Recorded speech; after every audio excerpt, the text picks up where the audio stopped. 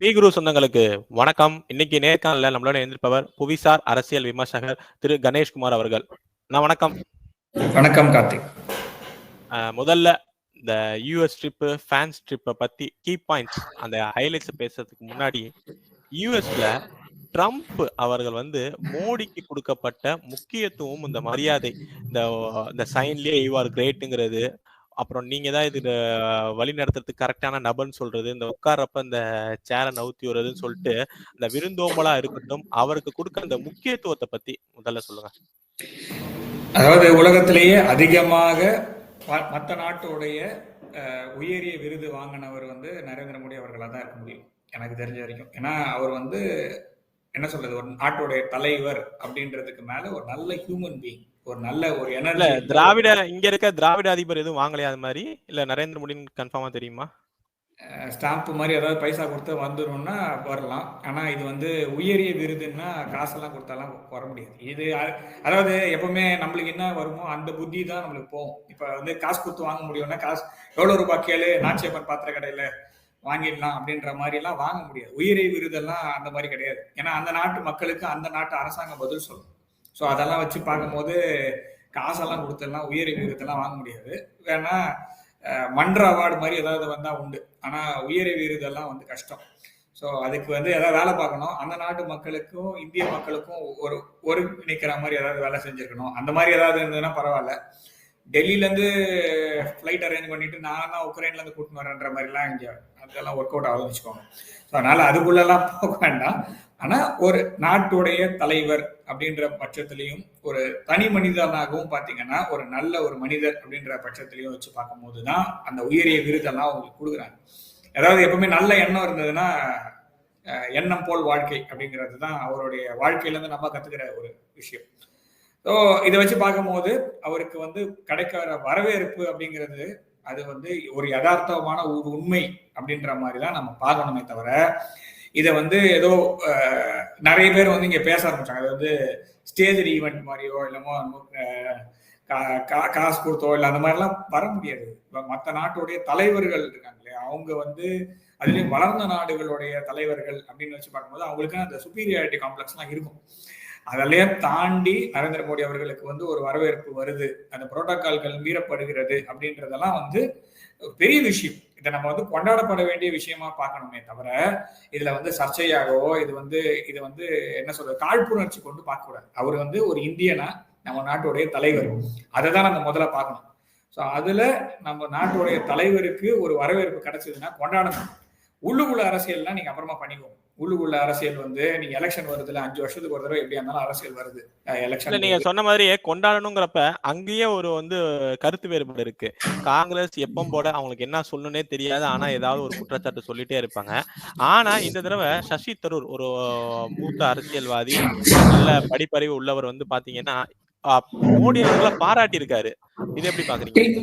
இல்ல, சசி தரூர் அவர்கள் எப்பவுமே யதார்த்தத்தை யதார்த்தமாக பார்க்கக்கூடியவர். அவர் மேல பல விமர்சனங்கள் இருக்கலாம், அது மத்த அறினால, அதுக்குள்ள நான் போல. ஆனா மற்றபடி அது அரசியல் தலைவரா அவர் ஒரு நல்ல ஒரு விமர்சனம் எப்படி வைக்கணுமோ, எந்த சமயத்துல வைக்கணுமோ அந்த விஷயம் அவருக்கு தெரியும். அந்த விமர்சனத்துக்கு ஏற்ற மாதிரி தான் அவருடைய முடிவு இருக்கும். அதாவது அவரும் வெளிநாட்டுல நிறைய டிராவல் பண்ணியிருக்காரு. அவருமே நிறைய பேசியிருக்காரு இந்தியாவை பற்றி, இந்தியாவுடைய இம்பார்ட்டன்ஸ் பத்தி. அவரு லண்டன்ல பேசும்போது அவருடைய பேச்சுக்கள்லாம் கூட நம்ம நல்லா பாராட்டப்பட வேண்டிய பேச்சு. அதாவது நான் எதிர்பார்க்கறது என்ன, சசி தரூர் அவர்கள் காங்கிரஸுடைய தலைமை பீடத்தை அலங்கரிச்சாருன்னா காங்கிரஸுக்கு ஒரு நல்ல காலம். ஏன்னா நான் அகைன் காங்கிரஸ் முக்து பாரத் அப்படின்றதுக்குள்ள போறதுக்கு முன்னாடி காங்கிரஸும் ஒரு நல்ல ஒரு எதிர்கட்சி அதாவது காங்கிரஸ் முக்து பாரத்னு ஏன் போறோம் அப்படின்னா, ஒரு தலைமை சரியில்லைன்றதுனால, அந்த தலைமை ரொம்ப கரப்டடா இருக்குன்றதுனாலதான் நம்ம அந்த காங்கிரஸ் முக்து பாரத்துக்கே போறோம். காங்கிரஸ் தலைமை ஓரளவுக்கு ஒரு ரீசனபிள், அதாவது டெமோக்ரஸியை பொறுத்த வரைக்கும் நம்ம முக்கியமான பார்க்க வேண்டியது எதிர்கட்சிகள் ஒழுங்கா இருந்தா மாத்திரம் தான் டெமோக்ரஸி ஒழுங்கா ஃபங்க்ஷன் ஆகும். ஸோ எதிர்கட்சிகளே இல்லாம ஒரு டெமோக்ரஸி அது அந்த ஆளும் கட்சிக்கும் நல்லதில்லை, மக்களுக்கும் நல்லதில்லை அப்படிங்கிற ஒரு விஷயத்த நம்ப வேணாம். ஸோ அதை வச்சு பார்க்கும்போது சசி தரூர் அவர்கள் காங்கிரஸ் கட்சியோட தலைமை பொறுப்புல வரதுக்கான எல்லா ஒரு பண்பும் அவருக்கு இருக்கு. அதனாலதான் நான் எப்படி பார்த்தேன்னா, அவர் வந்து இதை நிறைய தடவை பண்ணியிருக்காரு. அதாவது இது இந்த மாதிரி கிடையாது, இப்ப மாத்திரம் கிடையாது, இதுக்கு முன்னாடியும் பாத்தீங்கன்னா நரேந்திர மோடி அவர்களை வெளிப்படையா பாராட்டக்கூடிய ஒரு விஷயத்தெல்லாம் அவர் செஞ்சிருக்கிறார். ஏன்னா அது வந்து பெருமைப்படக்கூடிய விஷயமா நடக்கிறதுனாலதான் அதை வந்து நம்ம கொண்டாடணும் அப்படின்றத அந்த கட்சியில இருந்தும் அவர் சொல்றாரு அப்படின்றது வந்து நம்ம வரவேற்கிறோம். சசிதர் அவர்களுடைய எண்ணங்கள் வந்து பல காங்கிரஸ் கட்சிகளுக்கு தலைவர்களுக்கு வந்து ஒரு பாடமா இருந்து அதை எடுத்து பண்ணணும்.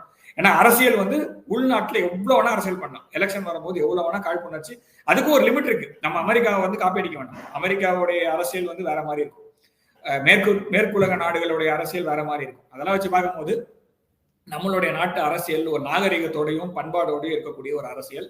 அந்த பண்பாடு காக்கப்படுகிறது. சசி தரூர் அவர்கள் வந்து பாராட்டி இருப்பது நாம வரவேற்கிறோம். அவருக்கு ஒரு நன்றியை நாம் தெரிவித்துக்கிறோம். ஓகே, இப்ப கீ ஹைலைட்ஸ். இந்த ட்ரம்ப் அவர்களும் மோடி அவர்களும் சந்தித்ததுல என்ன மாதிரியான முக்கியமான விஷயங்கள் பேசப்பட்டது, நாம என்ன சொல்லியிருக்கோம், என்ன மாதிரியான விஷயங்கள்லாம் வந்து பெறப்பட்டிருக்கோம், ட்ரம்ப் அவர்கள் என்ன சொல்லியிருக்காரு, நம்மள்ட்ட இருந்து அவர் என்ன மாதிரியான கோரிக்கைகள் எல்லாம் வச்சிருக்காரு? அதாவது ட்ரம்ப் அவர்களுக்கு வந்து இப்போதைக்கு வந்து ஒரு 4 வருட பின்தங்கி போன அமெரிக்காவுடைய கஜானாவுடைய சாவியை வந்து இப்ப ட்ரம்ப் அவர்கள்கிட்ட கொடுத்துருக்காங்க. ஸோ அமெரிக்கா வந்து மிகப்பெரிய குழப்பத்தில் இருக்கக்கூடிய ஒரு நாடாக தான் நான் இப்போ பார்க்குறேன். இப்போவுமே இல்லை, ஒரு 4 வருஷத்துக்கு முன்னாடி ட்ரம்ப் அவர்களுடைய ஆட்சி மாற்றமே வந்து ஒரு குழப்பத்தில் இருந்தது. ஸோ அதுல இருந்து பைடன் அவர்களுடைய அரசாங்கம் வந்த பிறகு நிறைய மாற்றங்கள், அதாவது எதெல்லாம் சொல்லணும் எதெல்லாம் சொல்லக்கூடாதுன்னு தெரியல. ஸோ அந்த மாதிரி இருக்கக்கூடிய ஒரு ஓவரால், அதாவது வண்டி வந்து சர்வீஸ்க்கு வந்திருக்குது, அந்த வண்டி வந்து ரொம்ப மோசமான ஒரு கண்டிஷன்ல இருக்கிற மாதிரி ஒரு வண்டியா தான் நம்ம அமெரிக்காவை பார்க்கணும். ஸோ இப்போ வந்து சீஃப் மெக்கானிக்கா வந்து ட்ரம்ப் அவர்கள் இருக்கிறார்.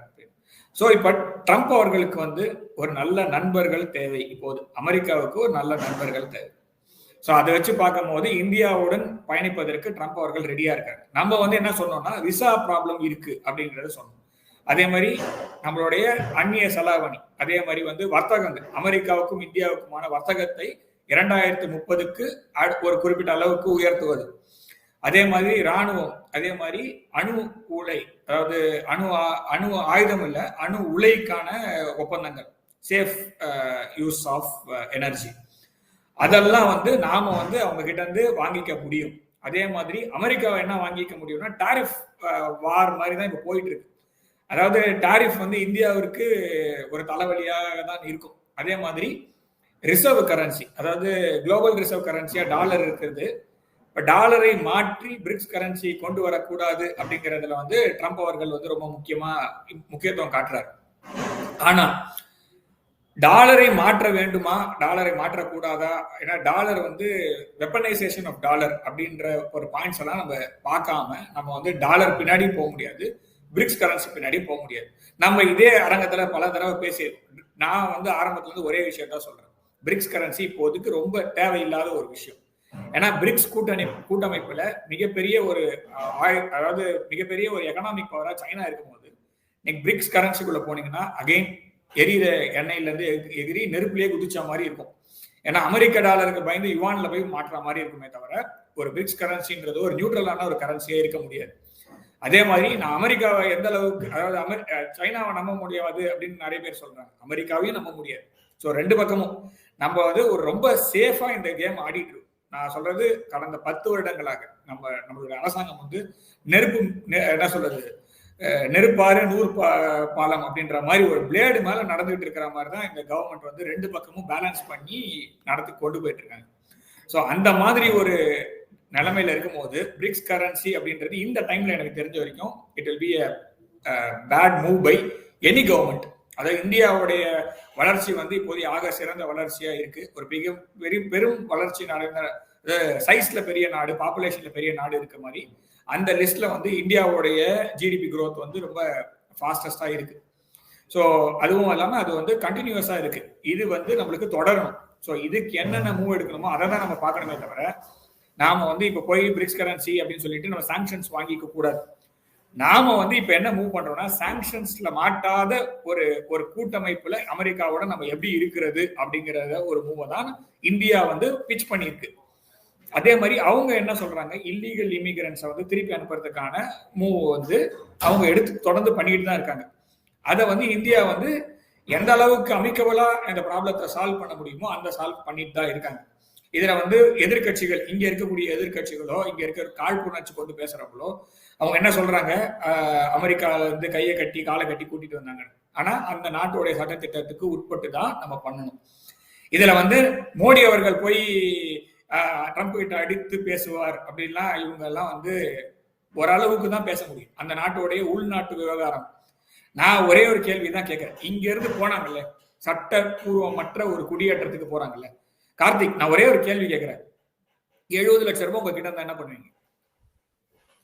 ஏதாவது ஒரு பிசினஸ் ஸ்டார்ட் பண்றதுக்காக பார்ப்போம். 70 லட்சம் ரூபாய் எடுத்துக்கிட்டு அமெரிக்காவில் கள்ளத்தோணி ஏறி போற அளவுக்கு ஒருத்தர் கொழுப்பு எடுத்து போயிருக்காருன்னா அவரை நம்ம எப்படி கூட்டிட்டு வரணும்? இதுதான் நான் கேட்கிறேன். அதாவது 70 லட்சம் ரூபாய் வந்து ஒரு ஏஜென்ட் கிட்ட கொடுத்து அமெரிக்காவுக்குள்ள கள்ளத்தனமான ஒரு குடியேற்றத்துக்கு ஒருத்தங்க ரெடியா இருக்காங்க அப்படின்னா, நான் ஏன் அவங்களுக்கு அவ்வளவு பெரிய இம்பார்ட்டன்ஸ் கொடுத்து கூட்டிட்டு வரணும் அப்படின்ற ஒரு கேள்வியை இந்தியன் கவர்மெண்ட் இது வரைக்கும் கேட்கல. அதாவது வெளிநாட்டுல போயிட்டு ஒரு கொலை குற்றம் சாட்டப்பட்ட ஒரு கொலை குற்றவாளிக்கே இந்தியா வந்து கிட்டத்தட்ட 30 லட்சம் ரூபாய் செலவு பண்ணி 30 கோடி ரூபாய் கிட்டத்தட்ட செலவு பண்ணி வாதாடிட்டு இருக்காங்க. சோ அவ்வளவு செலவு பண்ணி ஒரே ஒரு பிரஜைக்காக, இந்திய பிரஜைக்காக அவ்வளோ ஆக்ஷன் எடுக்கக்கூடிய கவர்மெண்ட் இந்த விஷயத்துல ஏன் கவனம் இருக்காங்க அப்படின்னா, இந்த தப்பு அந்த பிரஜை மேல இருக்குது. ஏன்னா கவர்மெண்ட் கிட்ட சொல்லிட்டு போனா நீங்க வந்து ஏதாவது ஆக்ஷன் எடுக்க முடியும். இவங்க நம்ம கவர்மெண்ட் கிட்டையும் சொல்லல, அவங்க நாட்டிலையும் குடியுரிமை பெற்று போல. இப்படிப்பட்ட ஒரு சந்தர்ப்பத்துல நரேந்திர மோடி அவர்களுடைய கவர்மெண்ட் என்ன பண்ணணும்னு எனக்கு தெரியல. ஏன்னா இங்க சொல்லிட்டு போய் விசாவோட ஒருத்தங்க போயிருந்தாங்கன்னா, உக்ரைன்ல வார் ஃபீல்டுல குண்டு விழுந்துட்டு இருக்கும் போது கொஞ்ச நேரம் நிறுத்தி வைங்கன்னு சொல்ற அளவுக்கு ஒரு கவர்மெண்டால இருக்க முடியும்னா உலகத்துல அது நரேந்திர மோடி அவர்களுடைய தலைமையில இருக்கக்கூடிய ஒரு கவர்மெண்டா தான் இருக்க முடியும். அதே மாதிரி யமன்ல நாட்டுல பிரச்சனை வந்தோடனே இப்ப இருக்கக்கூடிய ஒரு மத்திய அமைச்சர் வந்து அப்ப வந்து போய் தலைமை தாங்கி கப்பல்ல எல்லாரையும் கூட்டிட்டு வரும்போது அப்ப இருந்த ஒரு வேகமும் அப்ப இருந்த ஒரு ஜோஷம் இப்ப ஏன் முடியல அப்படின்னா, நீங்க சொல்லாம கொள்ளாம போயிட்டீங்க. தலைகுனிவை இவர்கள் தான் ஏற்படுத்தினார்களே தவிர நரேந்திர மோடி கவர்மெண்ட்டுக்கு வந்து தலைகுனிவு கிடையாது. ஏன்னா இவங்க சொல்லாம கொள்ளாம வீட்டை விட்டு ஓடி போன அந்த லிஸ்ட்ல தான் இவங்க இருப்பாங்க. சோ அப்ப தகவல் ஸ்தானத்துல ஓகே வர்றவங்களை வரவேற்கிறோம் அப்படின்ற மாதிரி தான் நம்ம கூட்டிக்க முடியுமே தவிர நம்ம போய் அங்கெல்லாம் போய் அடிச்சு எல்லாம் பேச முடியாது. இன்னொரு கேள்வி நான் கேட்கிறேன் கார்த்திக், இந்த நிஜார் அப்படின்ற ஒரு ஆள் இருக்காருல்ல, இருந்தார்ல, அந்த ஆள் எப்படி போனார் இங்க இருந்து? அவர் முதல்ல யாரு? அந்த நிஜாருங்கிறது அந்த கனடா பிரச்சனை இல்ல அப்படிங்கிறது வந்து ஒரு தீவிரவாதி இல்லையா? அவர் கொலை பண்ணதுக்கு இந்த ரா ஏஜென்ட் பண்ணாங்க, ஹெல்ப் பண்ணாங்க அப்படிங்கிற மாதிரி எல்லாம் குற்றச்சாட்டு சொன்னாங்களே. இல்ல நிஜார் அப்படிங்கிறவரு இந்தியாவில் தேடப்படும் ஒரு குற்றவாளி. அவர் வந்து சட்டப்பூர்வமற்ற ஒரு குடியேற்றத்திற்காக ஏற்படுத்தி கொண்டு அவர் வந்து கனடா போய் செட்டில் ஆனார். அவர் உள்ளுக்குள்ள நடந்த பிரச்சனை இல்ல, அவர் சுடப்பட்டு அவர் செத்து போயிட்டார்.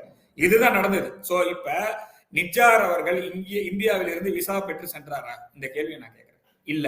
சோ சட்டப்பூர்வமற்ற ஒரு குடியேற்றம், அங்க போய் ஒரு இல்லீகலான ஒரு குடியேற்றத்துக்கு அப்புறமா கனடால வந்து அவங்களுக்கு சில விஷயங்கள் தேவைப்படலாம். அதனால அவருக்கு வந்து ஒரு சிட்டிசன்ஷிப் கொடுத்துதான் சொல்றாங்க. சரியா? சோ இப்ப நிஜார வந்து நம்ம இங்க கூட்டிட்டு வரோம்னு வச்சுக்கோங்களேன். சோ அவர் எப்படி கூட்டிட்டு வருவோம்? இந்த கேள்வி நான் கேட்கிறேன். ஏன்னா இவர் இங்க இருந்து இவர் தேடப்படும் ஒரு குற்றவாளியா இருக்கிறவரு இங்க இருந்து அங்க போய் செட்டில் ஆயிட்டாரு. அவர் வந்து விசா இல்லாம தான் இங்க இருந்து போனாரு. சரியா? சோ இப்ப இந்த மாதிரி ஆளுங்க லிஸ்ட் நிறைய இருக்கு இல்லையா? இவங்களெல்லாம் எப்படி கூட்டிட்டு வரணும்னு எனக்கு தெரியல. சரியா? சோ இதெல்லாம் நம்ம பார்க்கணும். பார்த்துட்ட பிறகு இந்திய அரசாங்கத்தின் மீதோ இல்ல வந்து ஒரு குறிப்பிட்ட கட்சியின் மீதோ ஒரு குறிப்பிட்ட நபர் மீதோ காழ்ப்புணர்ச்சி வச்சுட்டு அவர் வந்து இன்னொரு நாட்டு தலைவர் முன்னாடி கை கட்டி உட்கார்ந்தாருன்ற மாதிரி கார்ட்டூன் எல்லாம் போடலாம். ஓகேவா? முதல்ல இங்க இருந்து சட்டப்பூர்வமற்ற குடியேற்றம் போறதுக்கு அவங்க முடிவு பண்ணி லட்சக்கணக்கில் பணம் கொடுத்து போறவங்களுக்கு ஒரே ஒரு பதில் என்னன்னா, ரோட்டோரத்துல சுண்டல் விற்கிற பசங்களோட கால் தூசு பெற மாட்டாங்க. இந்த மாதிரி 70 லட்சம் ரூபாய் கொடுத்து போய் வெளிநாட்டுல குடியேறவங்க. அப்படிதான் நான் பாக்குறேனே தவிர இதை அவங்க அனுப்புறாங்கன்னா அவங்க அப்படிதான் அனுப்புவாங்க. நீ எதுக்கு முதல்ல இங்க இருந்து அந்த மாதிரி போனன்ற கேள்வியை தான் ஜனங்க வந்து அந்த ஆளுங்க மேல வைக்கணுமே தவிர நரேந்திர மோடி அவர்கள் போய் ட்ரம்ப் கிட்ட வந்து கையெல்லாம் கட்டாம கூட்டிட்டு வாங்கன்னு சொல்றதுக்கு முன்னாடி முதல்ல இங்க இருந்து எப்படி போனீங்க அப்படின்ற கேள்வியை முதல்ல வைக்கட்டும். அதுக்கப்புறமா வந்து பிசினஸ் கிளாஸ்ல கூட்டிட்டு வரதா இல்லைன்னா சார்ட்டர் பிளைட்ல கூட்டிட்டு வரதான்றது அப்புறமா பார்க்கலாம்.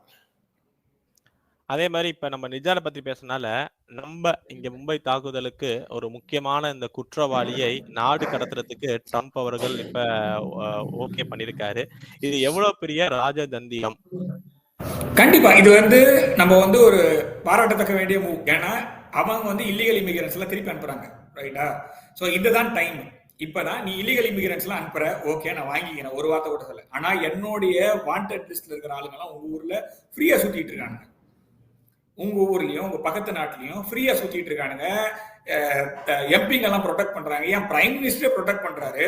பார்லிமெண்ட்ல போய் உட்காந்து ப்ரொடெக்ட் பண்ணி பேசிட்டு இருக்காங்க. இப்படி இருக்கு என் ஊர்ல தேடப்படும் குற்றவாளி உங்க ஊர்ல ஜாலியா சுத்திட்டு இருக்கானா?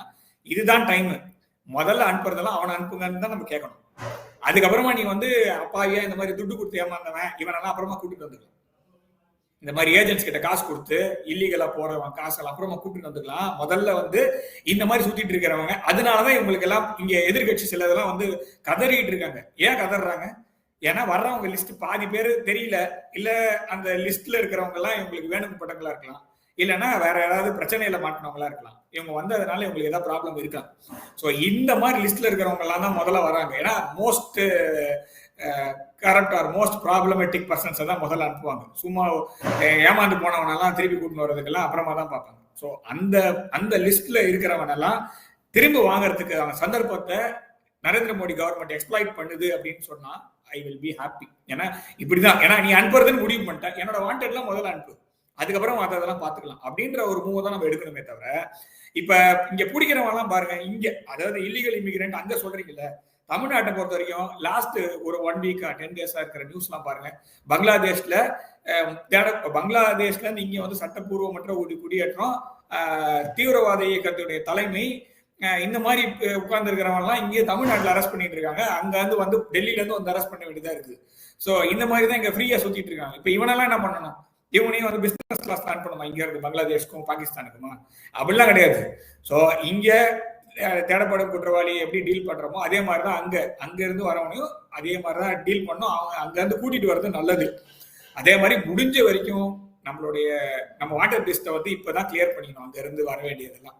ஸோ இந்த சான்ஸ்ல அந்த ஒரு 18,000 பேரை முதல்ல இனிஷியலா சொல்லியிருக்காங்க. இது வரைக்கும் 400 பேர் வந்திருக்காங்க.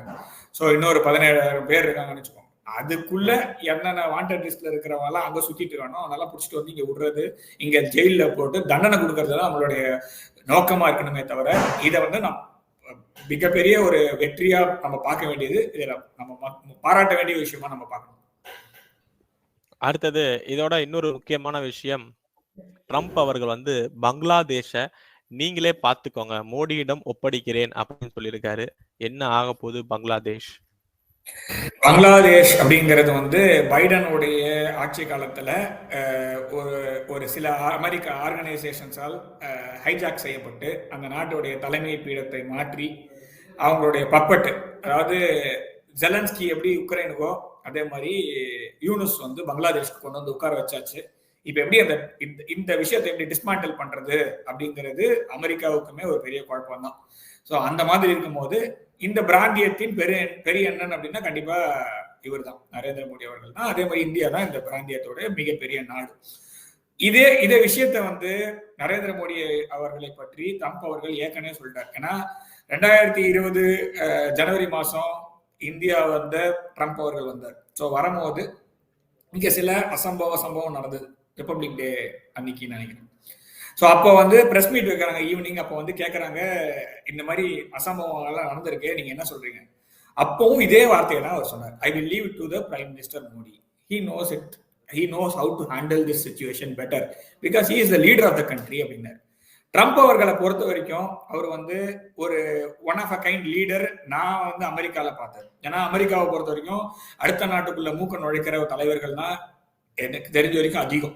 ஸோ அந்த மாதிரி இருக்கிற ஒரு நாட்டுல ஒரு அளவுக்கு நல்ல ஒரு தலைமை அப்படின்றது இருக்குன்னா அது வந்து இவர் ட்ரம்ப் அவர்களாக தான் இருக்க முடியும். நரேந்திர மோடி அவர்களுக்கும் ட்ரம்ப் அவர்களுக்கும் ஒரு பர்சனல் டிராப்பாவும் இருக்கு.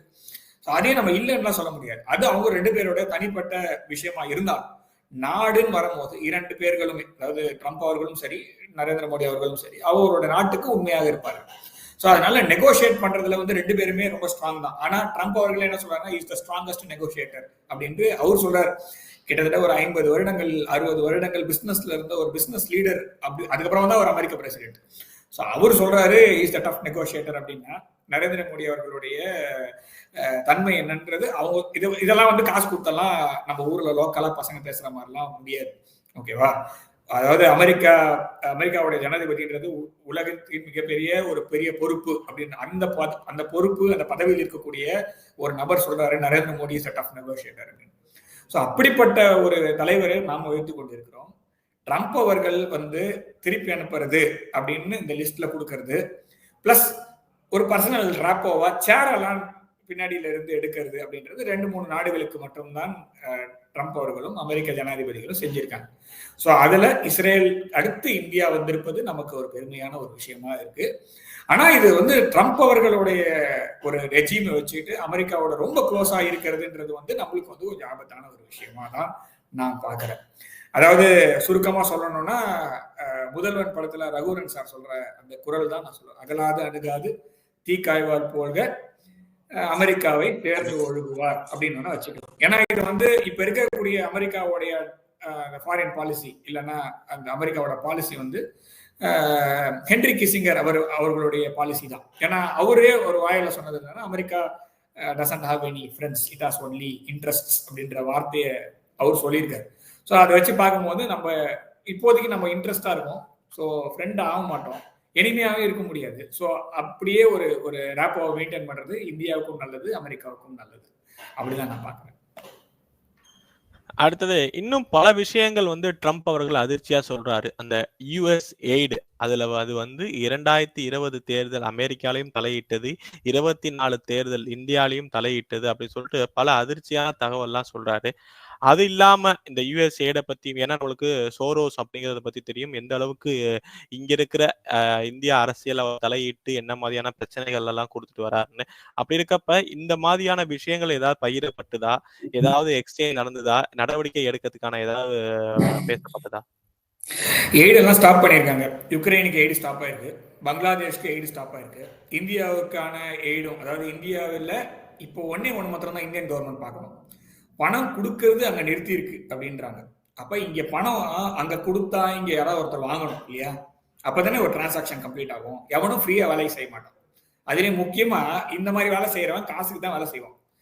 ஓகே, கூலிக்கு மாறடிக்கிற கும்பல் தான் இது. ஏன்னா இது நாட்டு பற்றும் கிடையாது, எந்த ஒரு பற்றும் இல்லாம பற்றற்ற பரதேசியா அப்படின்னு சொல்லிட்டு இருக்காங்கல்ல. உண்மையிலேயே இவங்க தான் வந்து அந்த இது ஆக்சுவலா பற்று இல்லாம, நாட்டு பற்று எந்த ஒரு பற்றும் இல்லாம காசுக்கு வேலையை பார்க்கறவங்க இருக்காங்கல்ல. ஸோ இப்ப 2024 தேர்தலில் பணம் கொடுக்கப்பட்டது அப்படின்னு சொல்றாங்கல்ல.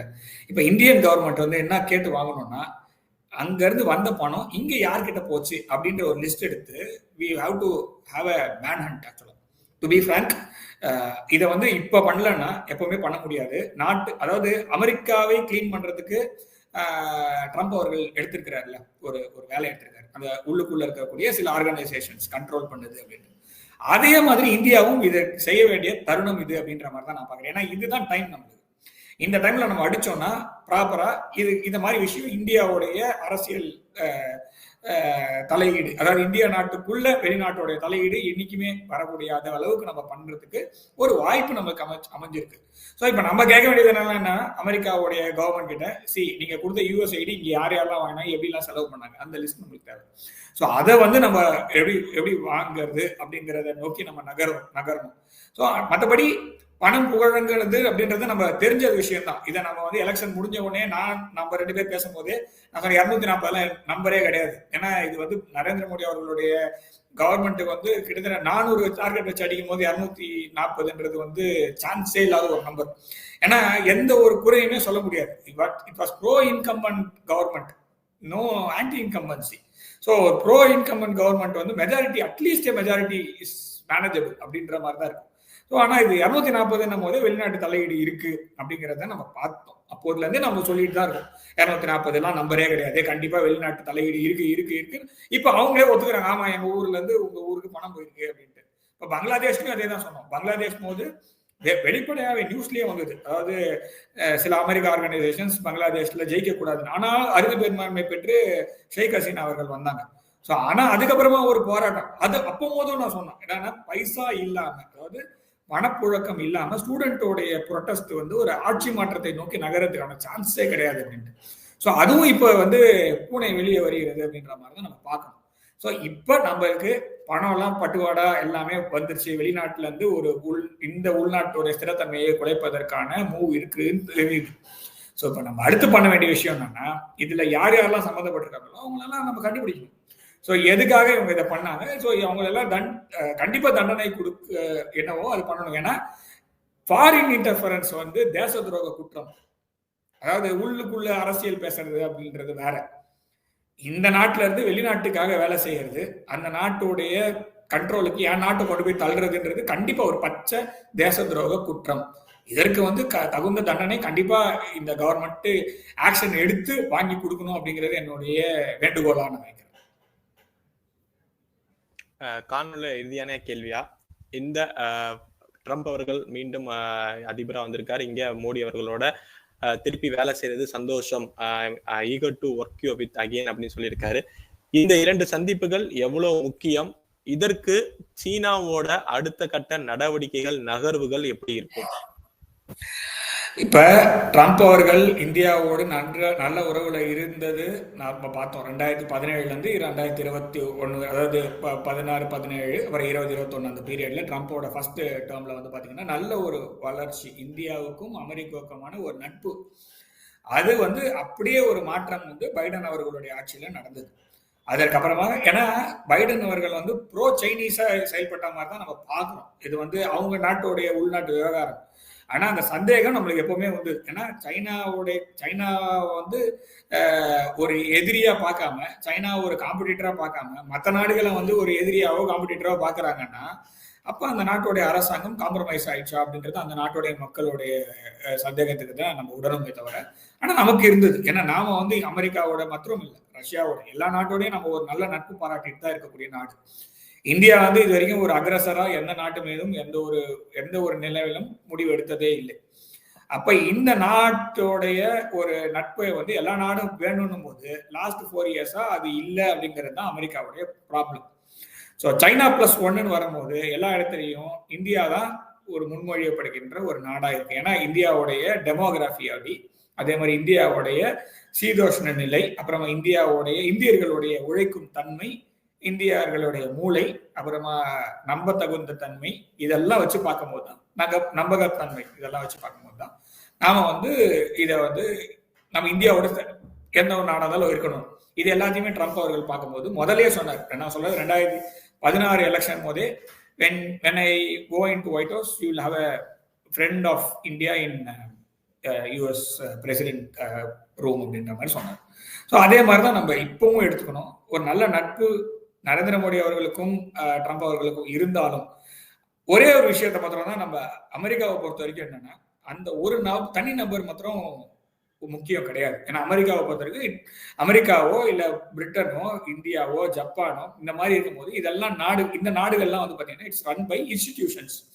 ஸோ ஒரு தனி நபரால ஒரு பெரிய முடிவு எடுக்க முடியாது. பைடன் அவர்களே கூட ஒரு நல்ல மனிதராக இருந்திருக்கலாம், ஆனா அங்க இருக்க இன்ஸ்டிடியூஷன்ஸோட கண்ட்ரோல்ல வந்து அவரால் எடுத்துக்க முடியல அப்படின்றதுனாலதான் அவரோட ஃபெயிலியரா இருக்கலாம். இது என்னுடைய தனிப்பட்ட பார்வையா வைக்கிறேன். ஸோ ஆனா ட்ரம்ப் அவர்கள் வந்து அந்த மாதிரி இல்லை. அவர் வந்து நிறைய சிஸ்டத்தை மாற்றணும் அப்படின்றது அவர் ட்ரை பண்ணிட்டு இருக்காரு. ஸோ அதுக்கு இந்தியாவுடைய பங்கு கண்டிப்பா அவருக்கு தேவை. ஏன்னா இந்தியா வந்து ஒரு நல்ல நட்பு நாடு. சைனா மாதிரி ஒரு அக்ரஸராவோ பேக் ஸ்டாப் பண்ற கண்ட்ரியாவோ இந்தியா இருக்காது அப்படின்ற ஒரு நம்பிக்கை அவருக்கு இருக்கும்.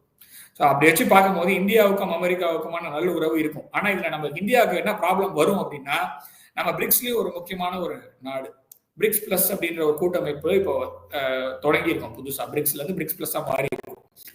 அதுல எல்லா நாடுகளும் இருக்காங்க. சவுதி அரேபியா உள்ள வராங்க. ஸோ இப்படி எல்லாம் வரும்போது இந்தியாவிற்கு ஒரு குழப்பம் மிகுந்த ஒரு புது ஃப்ரெண்ட்ஸ் வந்தா பழைய ஃப்ரெண்ட்ஸ் என்ன பண்றது அப்படின்ற ஒரு மூவ் இருக்கு இல்லையா?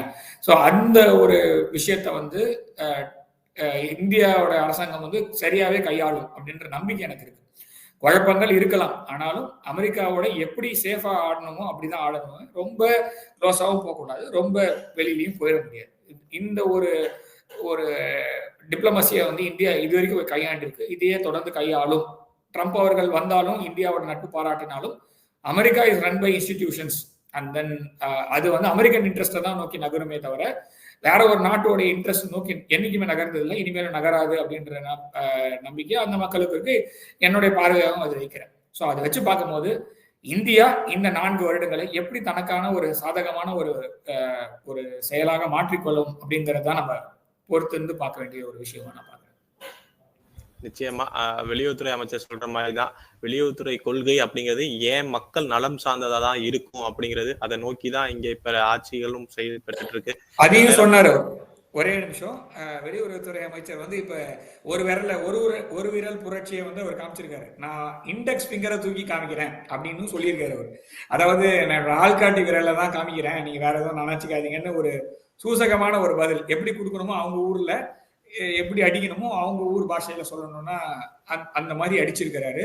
எங்க ஊர்ல எலெக்ஷன் நடந்ததுன்னா ஒரே நாள்ல ஓட்டை எண்ணி முடிப்போம், அன்னைக்கே வந்து ரிசல்ட் தெரிஞ்சிடும், ஜெயிச்சவன் தோத்தவன் 2 பேருமே ஒத்துப்பான், இதெல்லாம் அவங்க ஊர்ல நடக்கிறதுக்கான சாத்தியக்கூறே இல்லை அப்படின்றத சொல்லாம சொல்லிட்டு வந்திருக்காரு. ஸோ அவருடைய முயற்சியும் நிறைய நிறைய சேஞ்சஸ். அதுவும் இல்லாம இந்தியாவுடைய ஒரு வேர்ல்டு ஸ்டேஜ்ல வந்து இந்தியாவை சென்டர் ஸ்டேஜ் கொண்டு வரதுக்கு 3 பேர், நரேந்திர மோடி அவர்கள், ஜெய்சங்கர் அவர்கள், அப்புறமா அஜித் தோவால் அவர்கள், இவர்கள் 3க்குமே நம்ம வந்து ஒரு நன்றி கடன் பட்டிருக்கோம். ஸோ இதை வந்து என்னைக்குமே நம்ம மறந்துடக்கூடாது. நிச்சயமா இவ்வளவு நேரம் உங்க நேரத்தை நம்ம தளத்துக்கு வந்து பயந்தமைக்கு ரொம்ப ரொம்ப நன்றி. நல்லதே நடக்கும். வாழ்க வளமுடன். வந்தே மாதரம்.